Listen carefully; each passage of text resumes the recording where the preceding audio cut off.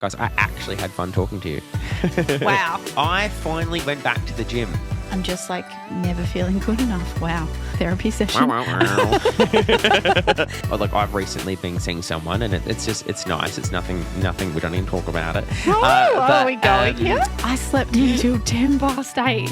I put 60 on the, I don't even know. I'm trying to talk like a gym bro. Like I'm like doing the thing and then I'm like. So hot. I thought I was going to get burns on my hand. Yeah. If you're having a summer wedding, what do you suggest?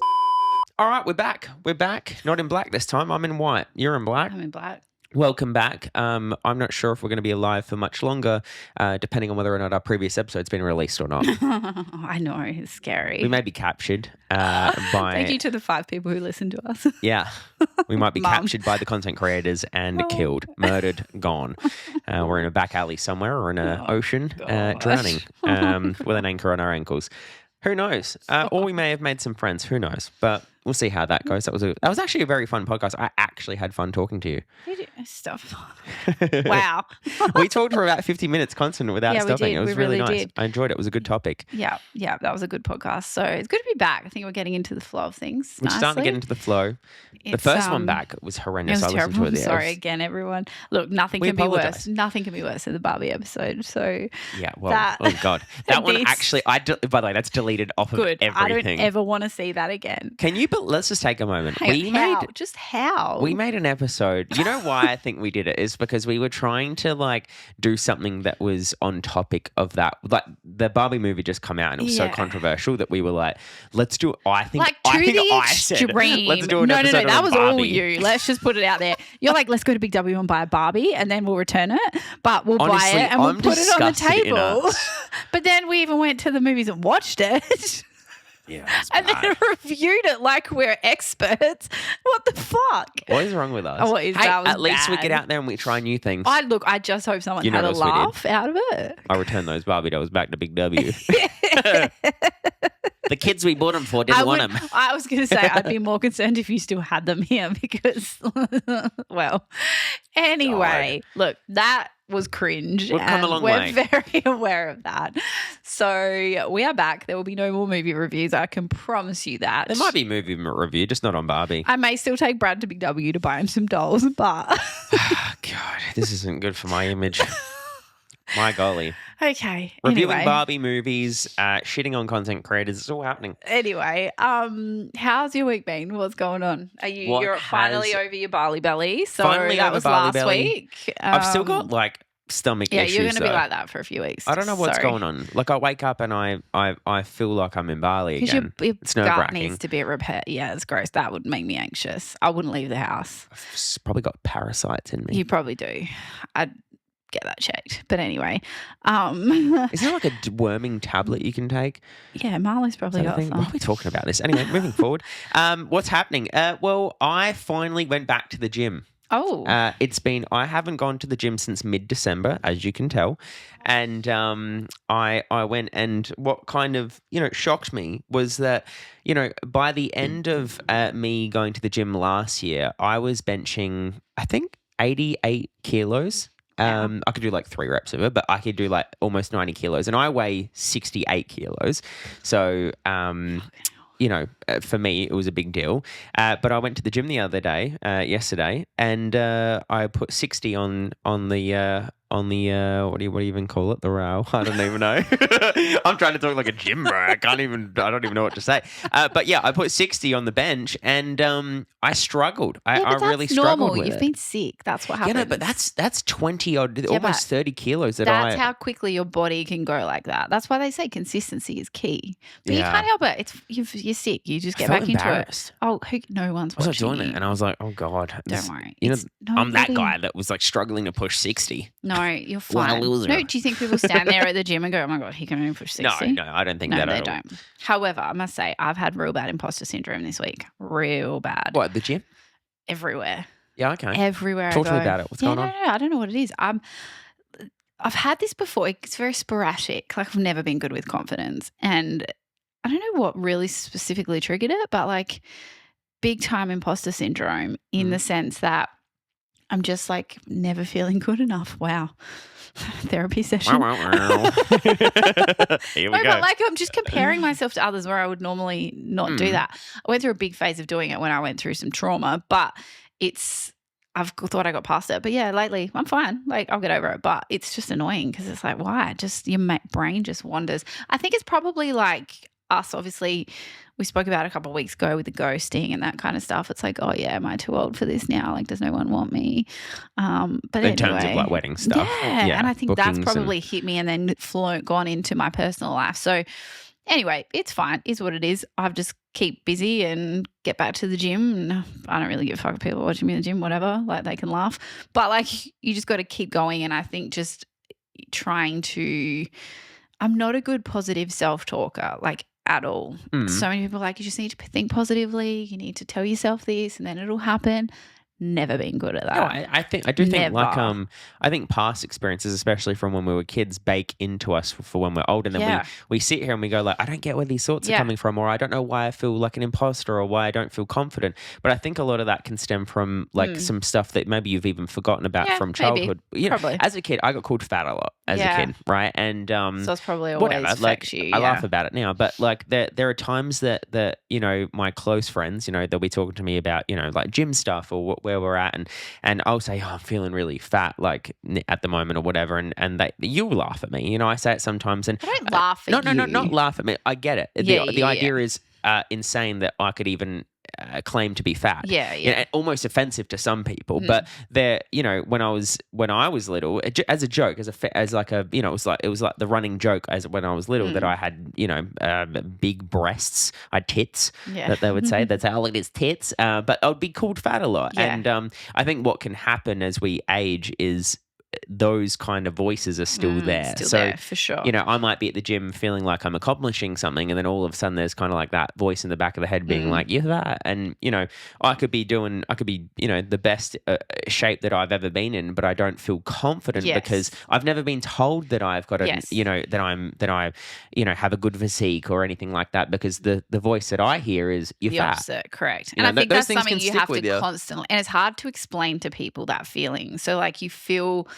So I try and explain to people sometimes, not a lot because I'm not good at talking about stuff, but like if I'm in one of those places where I'm like, I'm just feel disgusting in myself, I feel this, I'm not good enough, blah, blah, blah. They're like, you just got to do this, you got to do that. And it's like, I appreciate what they're trying to do, but it's like, if that worked, then I wouldn't feel like this. Yeah. So you try, but then like same as you, I went through pretty recently, really, in the grand scheme of things, in the last 6 years, a whole phase of being told by someone on a daily basis how disgusting I am and how, this and that, just because that they were going through something and they had to beat me down every single day to make themselves feel better. And everyone's like, don't believe it, blah, blah, but it's pretty hard when it's like in at you constant. Every day. Yeah.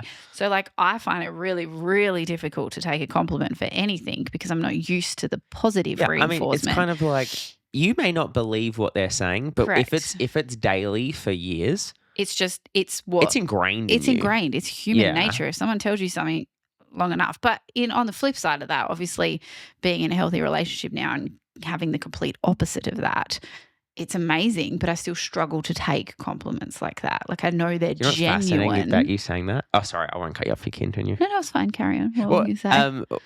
As you were saying that, I thought I've recently been seeing someone, and it's nice. It's nothing. We don't need to talk about it. Are we going here?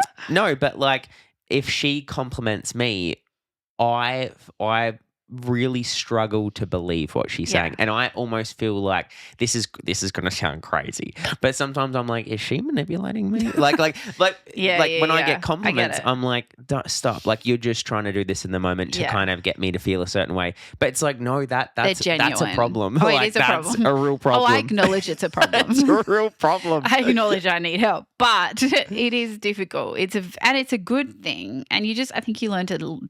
You have to sometimes just take it in and accept that it is how they feel. Yeah, you got to relearn to accept compliments. Well, it's funny because like what I went through, I had to see a therapist for a long time because it was very extreme in the sense that I had to learn that wasn't about me, that was about that person. Right, it's about them. So everything I've been taught to get through that, which I have, is now the opposite. Yeah. Because I'm learning that what they're saying is actually the truth, but I've got to accept that. Yeah, So then yeah. it's fucked. To bring it, Brains are fucked. well, like, to bring it to like a more of a wedding related thing is like at the very end of a wedding day, honestly, at the end of every wedding day, the couple will come up to me and they'll give you a hug and Yeah. they'll be like, we thank you so much. Like we, stay, Yeah. I know you finished working, but stay party with us. And we appreciated them, like you making us comfortable, all these compliments, right? And I don't know what it is, but on the inside, I'm dying. Yeah, I'm I like, know. shut up. And Look, it's I don't funny still want to because hear you're it. not a hugger, but you always hug at the end of weddings. I don't like it. Did you know that? No. Me? No, like you're not a hugger at all. Like, No. I think I've maybe once in our I feel entire life. I obliged actually to. don't even know if you've ever hugged. But you, like, I'm a big hugger. I'll go in for a hug, like, especially at Yeah. the end of the day where they're all like excited and happy and we've had a great day. And anyway, and then you hug them like it's normal. I'm like, okay, what's going on Does here? it seem normal? It does. That's why it's like, what the fuck? It doesn't feel normal. Yeah. Well, I'm glad you do it. It's a nice thing to do. It feels like it takes a long time. Like I'm like doing the thing and then and I'm like, I just don't. By the way, And if you then- booked us and you have us, don't hug me. I don't like Don't it. hug him. I'll hug you for him. But like, it's funny because it is. It's like, to me, it's just normal. Some until it couples starts. I've hugged and I genuinely feel like I want to hug them Okay, well, that's because nice. it feels real. Well, good news is I can't tell which one that is. So Yeah, you good. look like All right, I'm a good actor.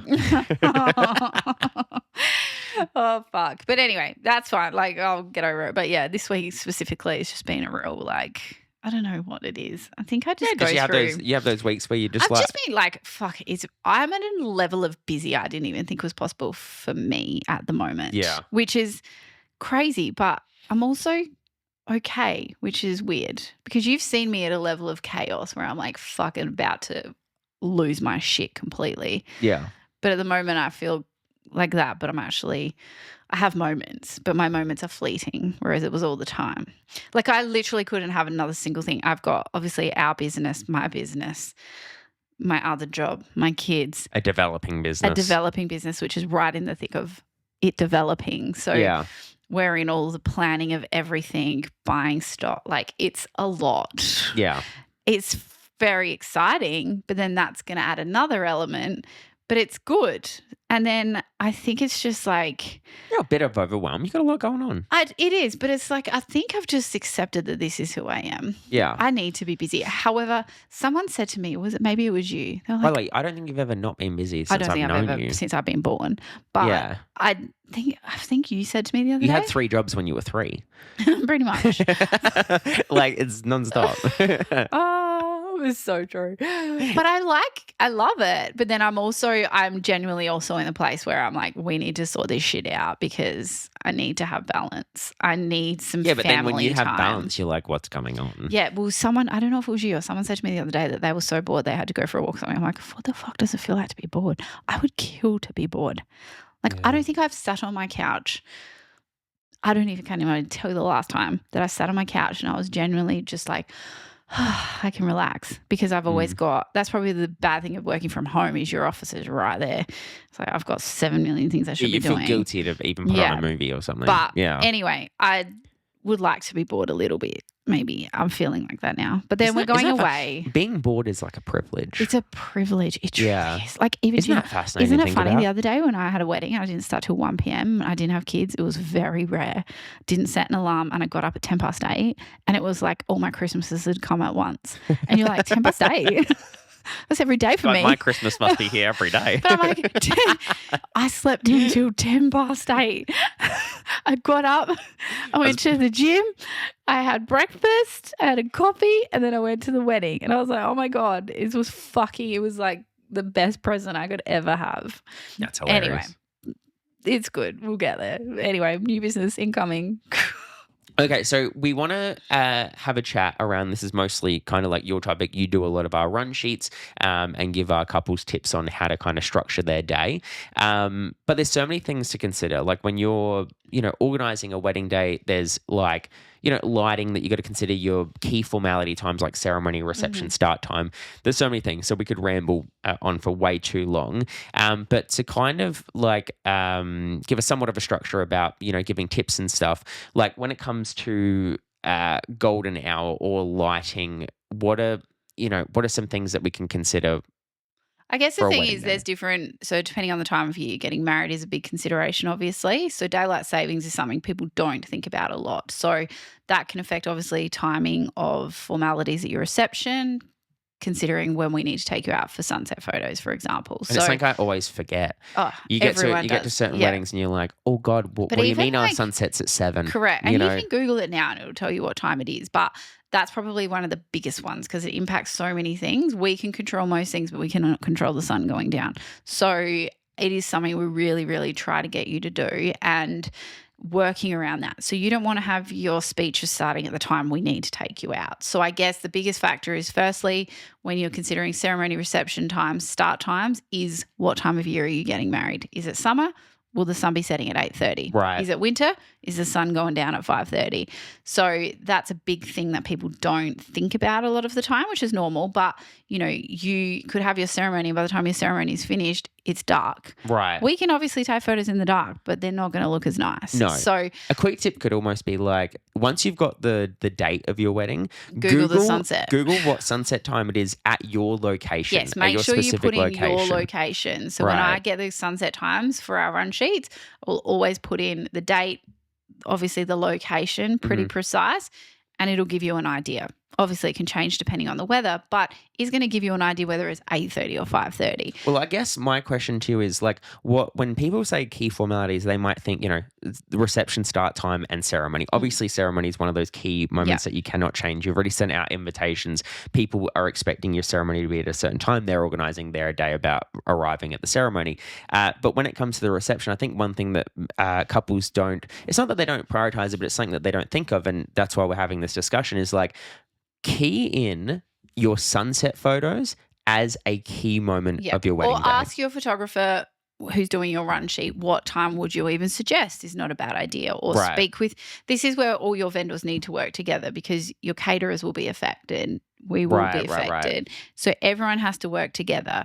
I guess the biggest tip when it comes to your formalities for your reception with speeches is make sure, I usually try to suggest doing them after sunset photos. Mhm. Because you can sit there and tell Uncle Bob that he can speak for 2 minutes. Uncle Bob. And he'll speak for fucking 22 minutes. Yeah, You he'll can't be really drunk. control that. Correct. You'll give him a look like we got to go out. Yeah. And he go, oh, don't even give me that look. You already told me. I can't tell you the anxiety that I feel on a wedding day is probably honestly the only time I get stressed is when I'm sitting at reception and there's speeches before sunset Yeah. and Bob just keeps on chatting and you can't do anything about it. And I'm sitting there like looking out and the sun's going down, the light's going. And once that's gone, it is gone. Let me tell you one thing though, actually, fun little thing is we were at, I was at a reception at a wedding where it was a professional MC and he was very aware of the sunset. And this was actually, it sounds bad, but it wasn't. It actually worked out to be the best thing for the couple. But there was someone giving a speech and they were given like a 4-minute allotment, something like that. And they were at like 8 minutes. And the MC looks at me, looks at the photographer and is kind of like, what do you want to do? And I'm like, we need to go. And not that that's a priority over the speech, but the No. way that the bride and groom were looking over at the MC as well to be like, what are we doing? The MC came in and was like, we're so sorry. We're going to actually pause this. Very important. We need to get this couple out to this amazing sunset, and did it in a very professional way. We want to avoid that. We at want all to avoid it costs. for your sake Yeah. because speeches are important to you hugely. Like it's a big part of your day. So we don't want you to have But to speeches rush. can be done at any time. Correct. So Yeah. that's where the suggestion comes in is that really think about your speech time and probably meal service time. So generally caterers and venues are really good with that. They'll serve the couple first, blah, blah, blah. But we also don't want to piss them off. Like if they're meant to be serving and we're whipping you away, like that's not ideal for them either because fucking either. I can't even say it. But we have to take those things into consideration. So really trying to reduce the amount of rushing and stress that you need on that day because they're important things. Yes, they're important things to us, but they're a good moment for you guys as well and something that you can't get back. So it doesn't mean you have to miss out on anything. It just means time it so that you're getting the best of both worlds. Organize it. Have a plan. So plan the speeches and always plan for the speeches to go longer than you've allocated because it happens, trust me. 100%. Sometimes they're shorter, but sometimes they're absolutely not.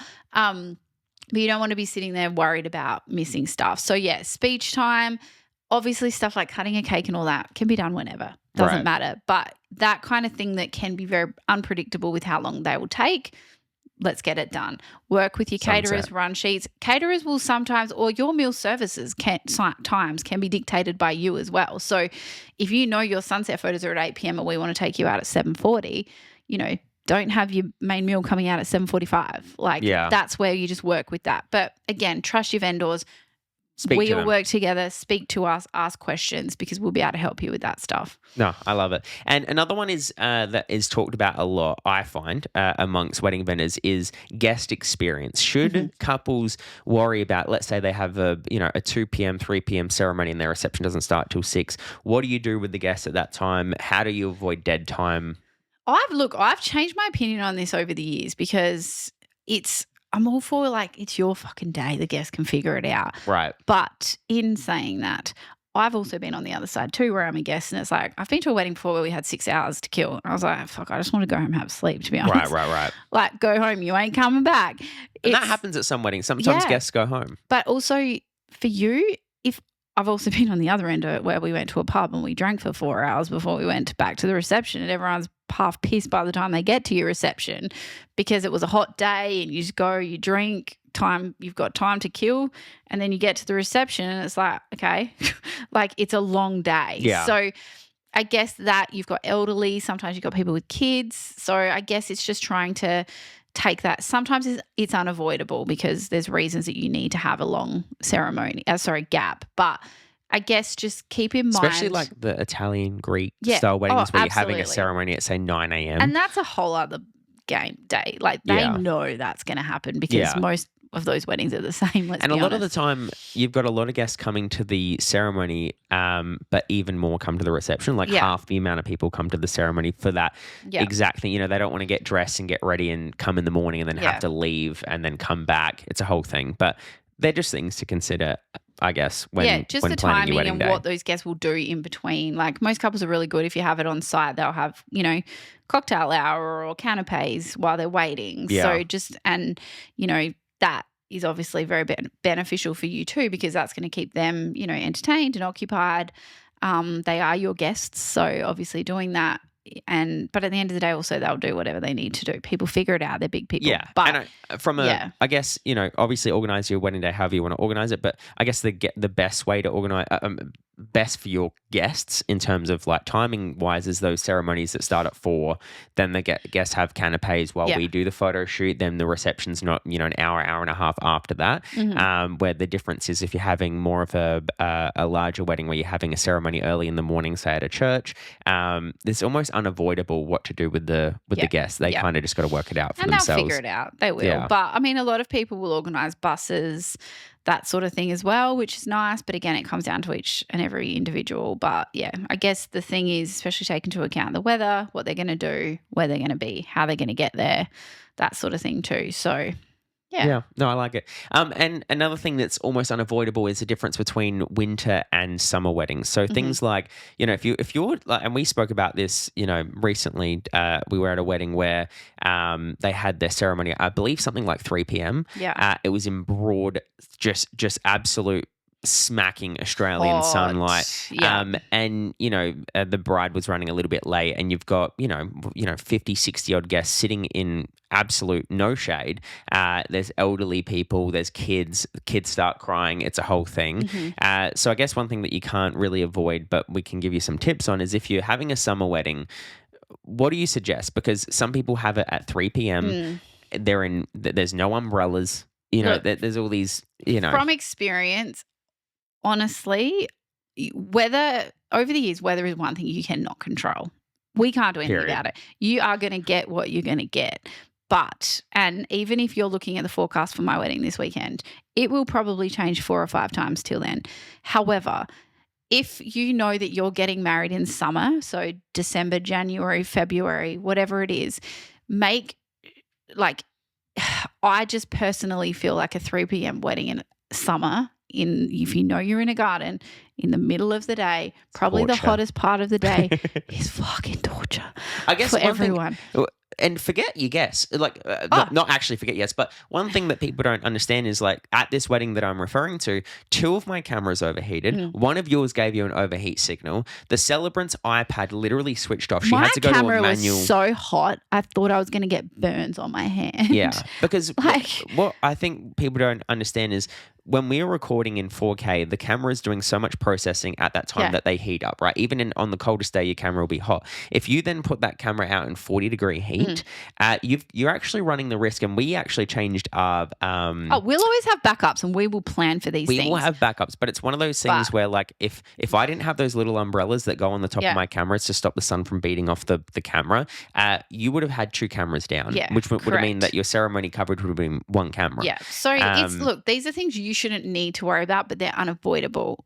They're avoidable. They are Scrap that. avoidable. They are avoidable. So, it doesn't mean you have to change it because of, you can't change your ceremony obviously after you've booked it, but when your wedding's going to be. If you're But booking. what are some things that they can do, say in I sunlight? think, even an hour later makes a big difference. Or make sure that you're in a shady location for your ceremony. So Right. if you're in full sun and potentially it's going to be real hot, get some big umbrellas so your guests are comfortable, because it may not seem like it makes a big difference, but fuck, it does. Like Oh, it mine makes on the a huge weekend had difference. umbrellas, and oh my God, even just standing there, I was sweltering, but I didn't have sun beaming down on me. And it stops, again, at this same ceremony, we had, majority of the guests seated, but a lot of them were standing up over at a tree far away from the ceremony. And I get it. They were like, we're not weren't sitting in broad day comfortable. sunlight. We're not going to do Yeah. it. We're not going to risk skin cancer for this wedding. It's just not going to happen. And I totally get that absolutely. perspective So as I well. guess it's just comfortable, and you can be more comfortable as well.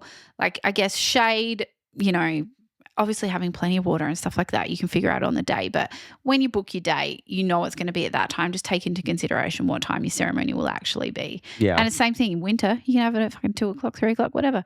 Could be 40 degrees. Who knows these days? But Winter, you kind of have a lot more. Correct. Have a play. bit more flexibility. Winter weddings are the best, by the way. I miss winter weddings. I Can someone don't book know a why winter more people wedding? don't do winter weddings. Fucking love winter weddings. Yeah. I would rather get wet than a standard 40-degree heat. Yeah, day. it's horrific. It's horrific. And But honestly, anyway. winter wedding photos look way better than Winter 40 weddings degree. are so underrated. So it's underrated. not even funny. Like, if Yeah. I get an inquiry for We're a such winter white wedding, we are. No, but it's just like, how many times I've said to you, the last 5 weddings, fuck me, it's just bright, which means your photos are bright, which means everything's bright. Winter weddings, the light is just like sunset all day. Yeah. It's so nice. And it can be horrific. But anyway, sidetrack. For you, just quickly to sum this up, obviously there is so much more to talk about, and we will in future episodes. But if you were to give, like, what is your ideal from a photographer's perspective? Let's say we are in mid-February, and you're going to have a wedding. How would you structure your wedding day? In mid-Feb? Yep. I personally feel, again, it's very hard to say because every location is different, but most locations these days or weddings will be at the same spot. So say, for example, you're at a venue, you've got your ceremony, your reception is all at the same venue. I would personally have a later ceremony, have your time for photos afterwards, don't have to travel, so it's nice and close. Then you have your reception. A 2-hour gap for ceremony, like 4 p.m. ceremony, say 6:30 entering your reception, perfect. Yeah. Because then you've got more time. You're not getting up at fucking 4 a.m. to get your makeup and hair done. Like, you can enjoy that morning. I had a 5 p.m. ceremony on the weekend, and it was the first one I've had in a really long time. And we didn't have heaps of time for photos, but we got it all done. Like, it was great. They got back. They enjoyed their time with their guests. And we've done a few where they did bridal party portraits prior to the ceremony. A lot of people are doing first looks now and portraits before. So that's another option, like having a later ceremony and then having your photos before. There's so many ways. You do run the risk of the lighting not being great with that. Yeah. But look, as photographers and videographers, we'll harp on about lighting. Like, people don't get it, but it's such a big part of our job for your benefit. Yeah. But I guess my biggest thing would be reach out to your vendors and trust that they know what they're doing. So if you have no idea, ask someone who does, because this isn't your job. Like, that's what we are used and you're to good doing. At that. Like, I would love for people to ask for suggestions, because we can help you to get the most out of your day. Not saying we know everything, we absolutely do not, but we have got experience. Like I've been to 450 weddings now, and they're all different and different things happen, but just sort of giving you a suggestion so that you can then be like, oh yeah, that might work, or may not always be the best suggestion, but it's something just from experience we know that can make your day more enjoyable for you and run more efficiently. Trust your vendors, talk to your vendors. Yeah, ask for advice, not for help. Just ask for advice. You don't have to take it, but it's a good idea to just ask, and at least you've got the knowledge to know what can work and what doesn't work. Yeah, and if you're like, because a lot of people, and hire a coordinator. We talked about that in episode 1. Yeah. Actually, that's not a very good point. Wedding planners are great for that because they can do the legwork for you and coordinate with us and your other vendors. So yeah, not a bad idea. Yeah, you got a range of options. But wrapping this up, Karina, anything new for you for this next week coming up? You got anything you're looking forward to? Not at all. I basically just work, and then I work a bit more, and then after I finish work, I go back to work. A little bit more work. Yeah. Jeez, I've got, as I said, pretty exciting wedding this weekend. We're very boring this week. We don't got much on. I really am. I'm just working a lot, to be honest. Yeah. My kids are back at school, which is great. I'm in the depth of teenage hell. I could have actually given Your kids are cool now. They're cool people. I actually could have given him away this morning. Like, I've never booted him out of my car. If I went to school quickly. at the same during the same time as your boys, I would have been bullied hard. Yeah. It's brutal out there, but they're just fucking. Well, my little one's an angel. I love him to death. I do love my oldest, just to be clear. But fucking teenagers are assholes. Like assholes. I don't know how to deal with it. And I think because I think you're doing a good job. He's a good kid. Oh, I'm just like mum and dad though. So they take advantage of me. Yeah. Do you know what I mean? They wake up and it's just me there. So it's like they don't have that person they're scared of because I'm not scary. I try to be, but it doesn't work. I don't want them to be scared, but I need them to like not be. Yeah, there's a fine line. It's like you want them to respect what you're saying, yet you can't be the angel and the devil at the same time. But it just doesn't work. That's fun. Look, structure for school being back is good. So that's what is happening right now. School life, sport life, work life. And that's about it. Well, I'm just working. I'm actually doing a lot of documentary films at the moment, so a lot of time spent in front of the computer. And it's fun because actually what I've realized is when I'm doing a documentary film for our couples that we've filmed for, is I'm finding social media stuff to post. Because when you go through the whole wedding day, I find that. True. I'm starting to find some golden nuggets where I'm like, oh, let's post this and let's put this out. It's actually fun. I like that. It's cool. It gives you another reason to enjoy going through all the footage to create obviously content for our couples. But work, it just sounds like we're working. We're doing a lot of work and we sound boring this week because we are. Because all we're doing is working. And maybe we can talk about that one day about our editing process and what it looks like and whatnot, because I guess not many people actually know what we do behind closed doors. Yeah. Cool. That could be an interesting episode. But thank you for listening again. We appreciate it. If you have any suggestions for what we should talk about in the future, please let us know by leaving a comment somewhere on the YouTubes, on Instagram, wherever. DM us. We'll respond. We don't get many, so reach out to us. We'd like to be friends. Follow us, Brad and Karina Weddings. They're about as consistent as our form submissions. Follow us over at Brad and Karina Weddings on Instagram, and we are on YouTube, Brad and Karina. And then we've also got www.bradandkarina.com.au. Check out everything about us, our packages, information, and whatnot. And that's where you contact us to book us for your wedding. We'll see you there. All right. Thanks for listening. Talk to you in a fortnight. Goodbye.